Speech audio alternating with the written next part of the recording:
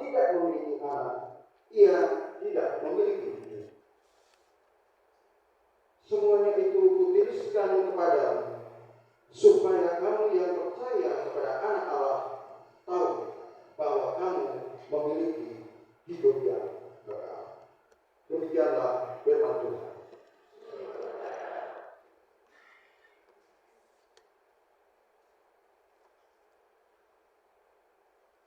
Bacaan Injil terambil dari Injil Yohanes 17 ayat 6 sampai yang ke-19.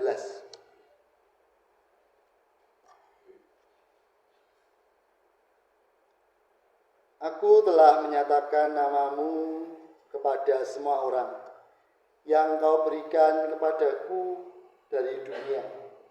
Mereka itu milikmu, dan engkau telah memberikan mereka kepadaku, dan mereka telah menuruti firman-Mu. Sekarang mereka tahu bahwa semua yang engkau berikan kepadaku itu berasal daripadamu. Sebab segala firman yang kau sampaikan kepadaku telah kusampaikan kepada mereka, dan mereka telah menerimanya. Mereka tahu benar-benar bahwa aku datang daripadamu, dan mereka percaya bahwa engkaulah yang telah mengutus aku. Aku berdoa untuk mereka, bukan untuk dunia aku berdoa, tetapi untuk mereka yang telah kau berikan kepadaku, sebab mereka adalah milikmu, dan segala milikku adalah milikmu, dan milikmu adalah milikku, dan aku telah dipermuliakan di dalam mereka.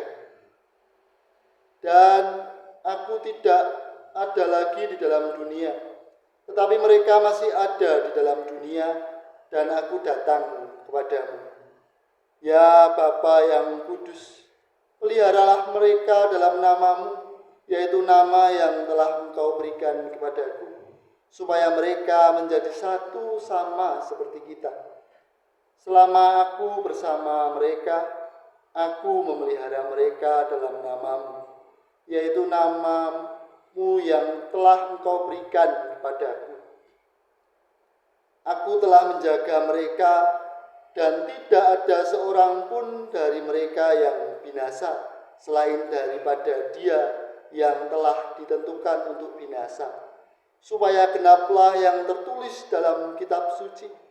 Tetapi sekarang aku datang kepadamu, dan aku mengatakan semuanya ini sementara aku masih ada di dalam dunia, supaya penuhlah sukacitaku di dalam mereka. Aku telah memberikan firman-Mu kepada mereka, dan dunia membenci mereka, karena mereka bukan dari dunia, sama seperti aku bukan dari dunia. Aku tidak meminta supaya engkau mengambil mereka dari dunia, tetapi supaya engkau melindungi mereka daripada yang jahat. Mereka bukan dari dunia, sama seperti aku bukan dari dunia. Kuduskanlah mereka dalam kebenaran, firman-Mu adalah kebenaran. Sama seperti engkau telah mengutus aku ke dalam dunia, demikian pula aku telah mengutus mereka ke dalam dunia. Dan aku menguduskan diriku bagi mereka, supaya mereka pun dikuduskan dalam kebenaran. Demikian Injil Yesus Kristus. Yang berbahagia ialah mereka yang mendengarkan firman Tuhan dan yang memeliharanya serta melakukannya dengan setia dalam kehidupan sehari-hari. Haleluya.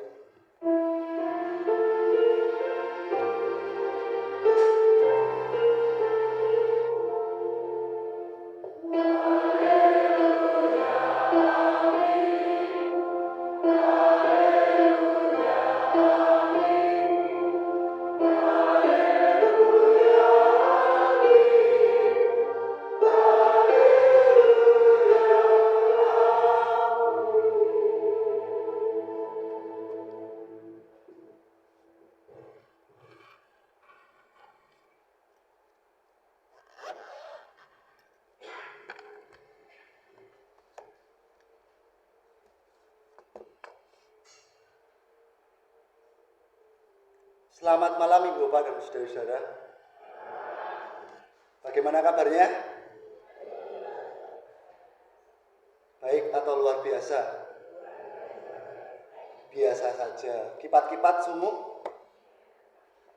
Ya, karena kesempatan malam hari ini tidak ada persembahan pujian, jadi di awal khotbah saya mempersiapkan, mungkin dari Ibu Bapak ada yang mempersiapkan diri nanti setelah khotbah persembahan pujian, dipersilahkan.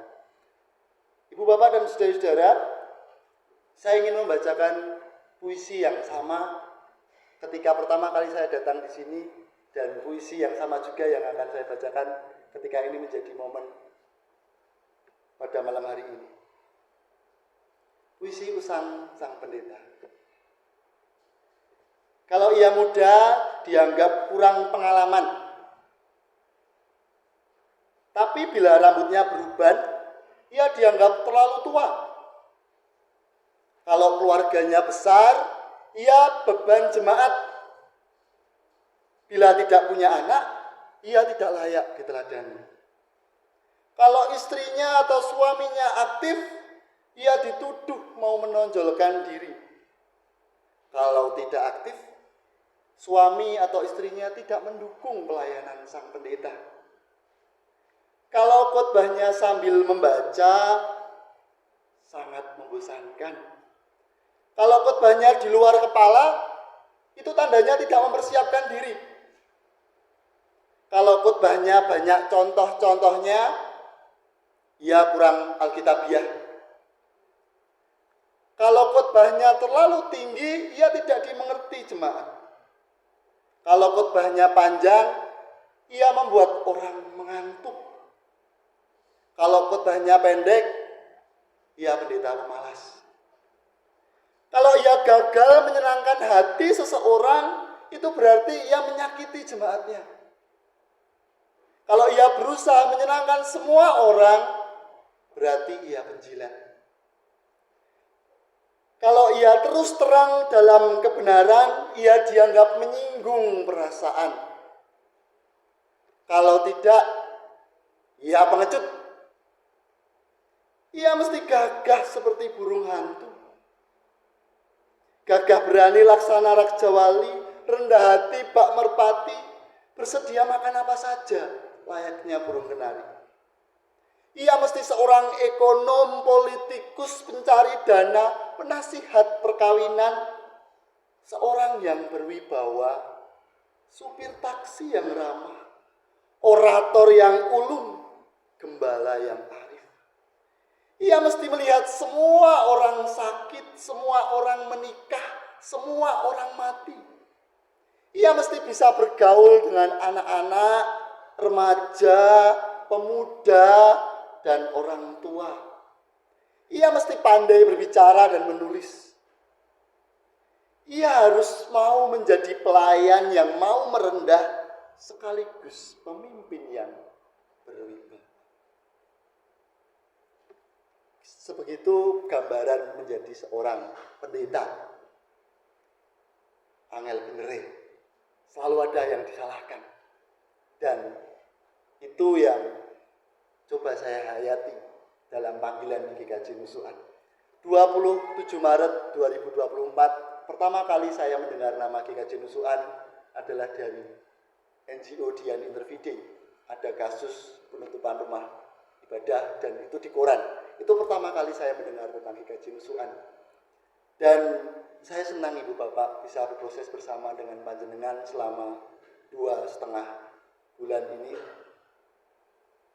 Tentu saya mengucapkan terima kasih untuk panjenengan semua kerso nimbali saya. Siapa tahu saya dari gereja desa ditimbali di gereja yang seluar biasa Nusukan. Dan saya mengucapkan banyak terima kasih atas kesempatan jumpa nasihat yang diberikan pada saya. Tentu saya juga minta maaf ketika banyak hal yang saya lakukan sebagai sebuah kesalahan yang saya sengaja, karena saya sering iseng mungkin, atau mungkin tidak saya sengaja. Lalu saya minta pamit besok pulang ke Jogja dan saya minta sangu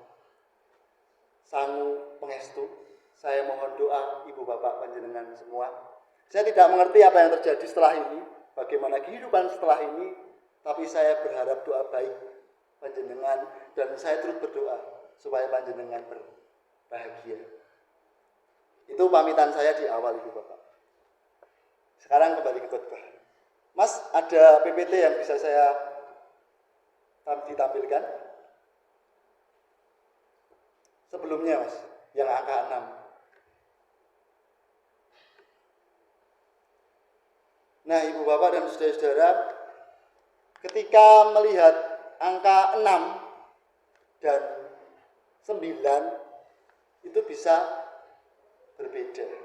Misal di sini ada angka 6, saya bilang nuting-nuting ini 9, tapi dari sana 6. Itu perbedaan tentang kebenaran. Konon kabarnya kebenaran ada 3 hal. Yang pertama, benar menurut diri sendiri. Wis pokoknya aku ngene ra gelem ya, wis. Yang kedua, benar komunitas. Benar di GKJ Nusukan belum tentu benar di GKJ lain. Itu benar komunitas dan itu ewah gingsir bisa berubah.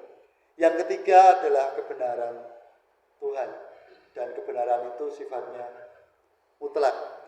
Pada malam hari ini kita akan bersama menggumuli tema yang menarik, memilih hidup benar. Saya tadi berulang kali membaca, temanya gampang sekali dibaca. Setuju Ibu Bapak? Memilih hidup benar, gampang atau dibaca? Gampang, memilih hidup benar.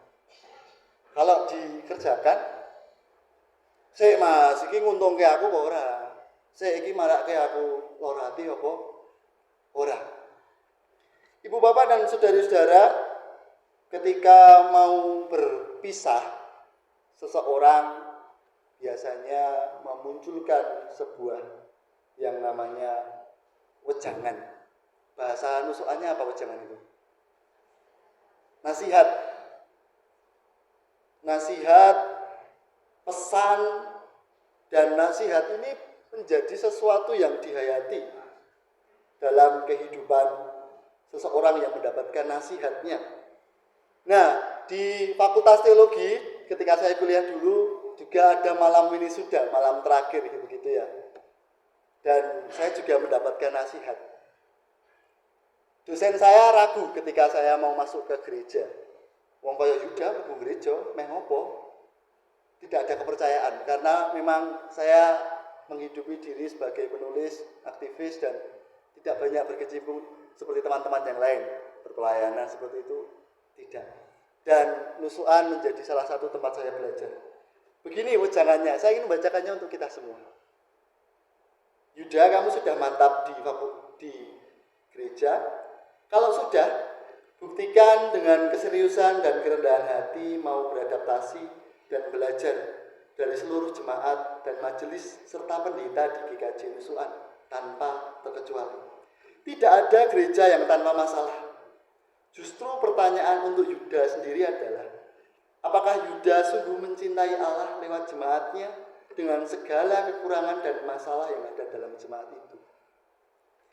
Ini wejangan yang saya bawa ketika saya berproses di GKJ Nusukan. Dan selama di GKJ Nusukan saya mencatat 65 rumah jemaat. Jadi selama satu hari saya biasakan dapat satu rumah begitu. Mohon maaf kalau merepotkan. Nah, itu cara saya untuk mencoba mengenali panjenengan semua. Dan dalam wejangan yang diterima ini seringkali itu menjadi sesuatu yang berkesan. Banyak wejangan-wejangan yang mungkin panjenengan terima.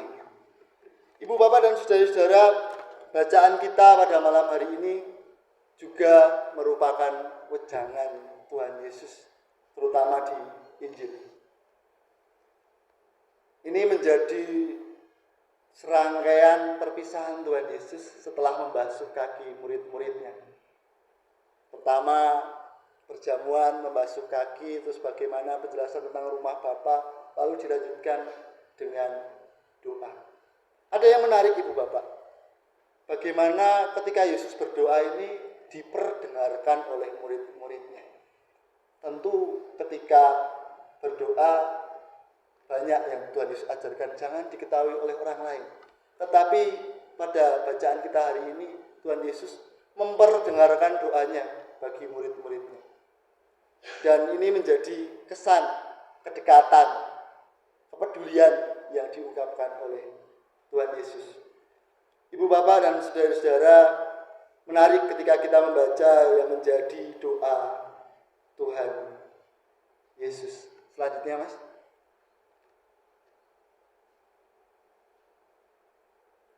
Ini tadi tentang cara pandang juga. Selanjutnya. Nah, ini beberapa poin-poin terkait dengan doa Yesus. Yang pertama adalah persatuan antara Yesus dan Bapa, terus para muridnya, dan ada di antara kita. Jadi dalam doa Yesus ini ada relasi yang dekat antara Bapa, Yesus, dan diharapkan murid-murid ini juga dekat dengan Bapa. Menjadi menarik ketika berbicara tentang apa yang Tuhan Yesus ajarkan dalam doanya. Ketika Tuhan Yesus berdoa, kalau Tuhan Yesus mau, pasti bisa saja murid-muridnya ini bersama-sama dengan suasana yang nyaman dengan Bapa di surga. Ibu bapak dan saudara-saudara, nyaman tidak beribadah di gereja. Membicarakan katresnan, terus mengasihi, mengampuni, itu nyaman ketika berada dalam sebuah nuansa ibadah. Tapi ketika keluar dari pintu itu, titenono Mas. Nuansanya akan berbeda. Ketika kita membicarakan tentang Tuhan, tentang kasih, tentang hal yang indah-indah dalam gereja, wah itu hal yang indah. Tetapi ketika keluar dari gedung gereja, kita melanjutkan kehidupan gereja, sapa sira sapa ingsun, dadi banyu moh nyuwek, nyawuk, dadi godhong moh nyuwek. Interrelasi yang seperti itu menjadi realita dalam kehidupan kita, dan kadang kita merasa nyaman dengan kehidupan ibadah. Apalagi ketika ada masalah ibadah itu kan rasanya nyaman. Nah, khotbah pada kesempatan hari ini saya melihat sesuatu yang menarik. Yesus dalam berdoa pun tidak meminta murid-muridnya untuk berada dalam situasi yang nyaman. Mereka masih berada dalam dunia. Mereka diminta menghadapi apa yang ada di dalam dunia. Jadi ada yang namanya coping stresnya secara rohani itu dengan kembali kepada ritus. Lalu pertanyaannya, apakah ritual itu salah, Mas? Tidak. Yang salah adalah ketika memisahkan kehidupan ritual di gereja dengan kehidupan sehari-hari. Seolah-olah jadinya ke gereja itu seperti utang. Wah, aku wis nang gereja, absen sik raine. Sing penting wis salim, wah wis Kristen. Tapi tidak nandes dalam diri, dalam ibadah laku hidup sehari-hari. Karena yang munculnya adalah dalam permukaan saja. Itulah yang menjadi gambaran interrelasinya. Selanjutnya, Mas. Ibu bapak dan saudara-saudara, bacaan kita yang kedua tadi juga menjelaskan bagaimana Rasul Paulus membuang. Dalam Kisah Para Rasul ada Petrus yang membuang undi. Nah ini besok tanggal 1 panjenengan pilihan, kenapa enggak diundi mawon ya? Nah itu guyonan. Tapi dalam undian pun ada nuansa kehendak Tuhan yang dikerjakan. Saya yakin Petrus dan murid-murid yang lain pun sudah tahu kriterianya seperti apa kalau mau jadi rasulnya Yesus. Yang dekat dari Yesus ketika Yesus kecil dengan pembaptisan Yohanes sampai Tuhan Yesus naik ke surga. Kriterianya jelas, siapanya jelas. Tetapi mereka mengembalikannya pada sebuah forum undian. Dan undian ini kan tidak ada yang mengetahui. Ada berbagai macam faktor X, Y, Z yang mungkin itu tidak bisa dipengaruhi. Dan di sanalah keberserahan diri. bahwa memilih hidup benar juga berarti memberikan ruang pada misteri Allah. Tidak rumangsa wis kulino iki iso tak gegem. Enggak. Petrus memberikan ruang pada kerja Allah, dan itulah yang menjadi penting dalam kehidupan kita. Menghadapi setiap persoalan dalam kehidupan kita dengan bersandar kepada Tuhan. Ibu bapak dan saudara-saudara, diperjelas lagi dalam Mazmur tadi bahwa kehidupan orang yang benar itu seperti pohon di tepi aliran air.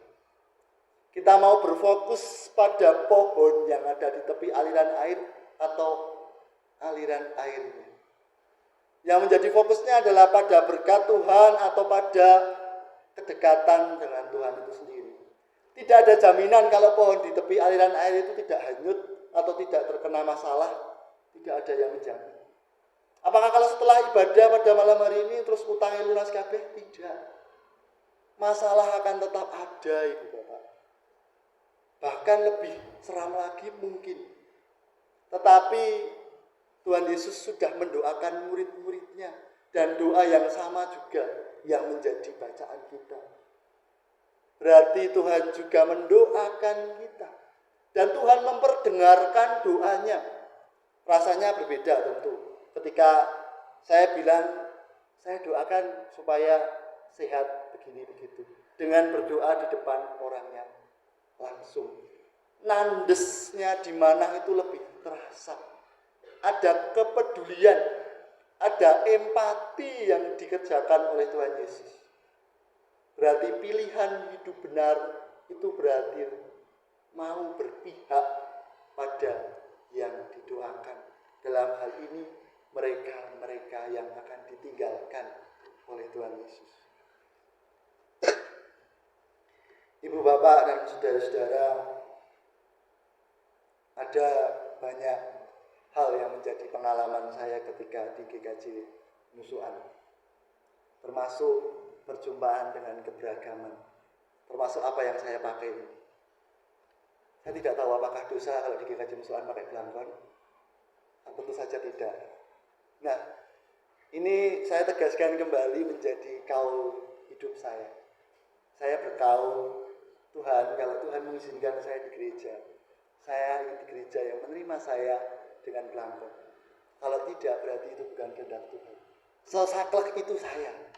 Dan saya senang karena ada wejangan dari seorang pendeta senior saya di GKJ Rewulu. Yuda, kowe kudu duwe penyakite pendhita sik. Kudu kowe ono penyakite kudune ngeyel. Ngeyel, dablek itu menjadi penyakit pendeta. Di sini ada pendeta enggak ya? Nyuwun pangapunten Pak Eko. Karena kalau tidak demikian, itu akan diombang-ambingkan dengan berbagai macam kepentingan. Kehidupan gereja itu dinamis, orang silih berganti. Dan ibu bapak dan saudara-saudara, saya bukan seseorang yang harus diwajibkan ada dalam kehidupan panjenengan. Panjenengan boleh sakit hati dengan saya, ceklek atine, mutung, nesu, melipir, monggo. Tetapi komunitas panjenengan lebih berarti dibandingkan dengan saya. Jadi sepulang saya dari GKJ Nusuan, saya berharap dan berdoa panjenengan tetap rukun. Ibu bapak dan saudara-saudara, ombang-ambing kepentingan dalam kehidupan ini juga menegaskan kembali, memilih hidup benar berarti kita memegang prinsip kita. Dalam memegang prinsip, ya mungkin akan dikatakan dablek, saklek, apa boleh, ngeyel. Tetapi itulah yang menjadi dasar dalam kehidupan kita. Dan kehidupan kita pun juga memiliki dasar, yaitu Alkitab. Atau jangan-jangan memang betul Alkitabnya GKJ ada dua, Alkitab ini dan Alkitab biasanya ini. Nek rang ini salah mas. Ibu bapak dan saudara-saudara, melihat kembali bacaan kita yang di surat Yohanes, itu juga memperjelas kembali siapa Yesus sebagai anak Allah. Kehadiran, kedatangan Yesus menjadi kabar sukacita. Di masa Pentakosta, panjenengan semua Yesus juga akan merayakan riyoyo, unduh-unduh. Itu menjadi perayaan iman. Kira-kira kalau yang diunduh di nusukan apa Ibu Bapak? Macam-macam nggih. Ada buah-buahan, sayur-sayuran. Pakarti, mboten unduh wae pakarti. Pakarti ingkang sae-sae Ibu Bapak. Niku juga unduh-unduhan dalam kehidupan kita. Meskipun dalam kepercayaan kita tidak meyakini apa yang namanya karma, tetapi itu menjadi interrelasi dalam diri kita. Memilih hidup benar berarti berbicara tentang siapa kita dan kita mau menjadi orang yang seperti apa. Sinten to GKJ Nusukan menika? Tiyang ingkang kados pundi to GKJ Nusukan menika? Lan badhe dados piyantun ingkang kados pundi menawi wonten perkawis ingkang A, B, C, C, Z. Nah, dari situlah akan menjadi jelas bahwa kita adalah pengikut-pengikut Kristus yang didoakan oleh Kristus sendiri supaya kita tetap berada dalam dunia tetapi memiliki kesatuan yang jelas. Kita menghadapi realita dunia dengan memiliki prinsip yang jelas. Kita menghadapi persoalan dengan memiliki prinsip yang jelas. Dan kita juga tidak berjalan sendiri. Ibu Bapak punya sebuah komunitas kita Nusukan, punya keluarga, punya teman. Meskipun itu silih berganti. Tetapi jangan pernah merasakan sendirian dalam memegang prinsip. Meskipun lorongnya sunyi, ya, tidak ada yang hidup ini tanpa lorong sunyi. Seperti puisi tadi di awal, selalu ada saja komentar harapan yang tidak sesuai ataupun sesuai, tapi kita tidak bisa memenuhi. Kita tidak berhak membahagiakan semua orang. Kita perlu juga membahagiakan diri sendiri dalam tanda kutip dalam kadarnya. Karena seringkali tendensi yang digunakan ketika memilih hidup yang benar ini adalah kepentingan kita sendiri. Saya tidak mau berrelasi dengan orang yang merugikan saya, yang menatoni saya. Saya tidak mau dekat-dekat dengan orang-orang yang menjutai saya. Itu kan ada kepentingan. Tetapi bagaimana kita bisa hidup bersama, menari bersama sebagai sebuah komunitas. Ya karena sudah ada yang bantu Ibu Bapak. Saya harus sadar diri Pak. Selanjutnya Mas. Selanjutnya lagi. Nah, ini tentang undian tadi Bu Bapak. Selanjutnya Mas, apakah masih ada? Ya, kalau tidak ada, bolehlah video lagu diputarkan Mas untuk kita semua.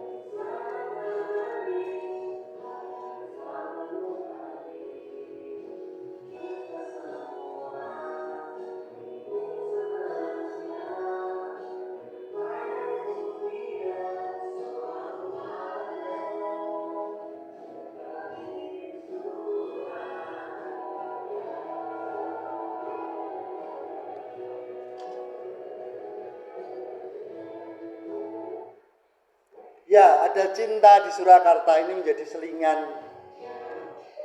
Sudah cukup Mas. Nanti saya nangis loh.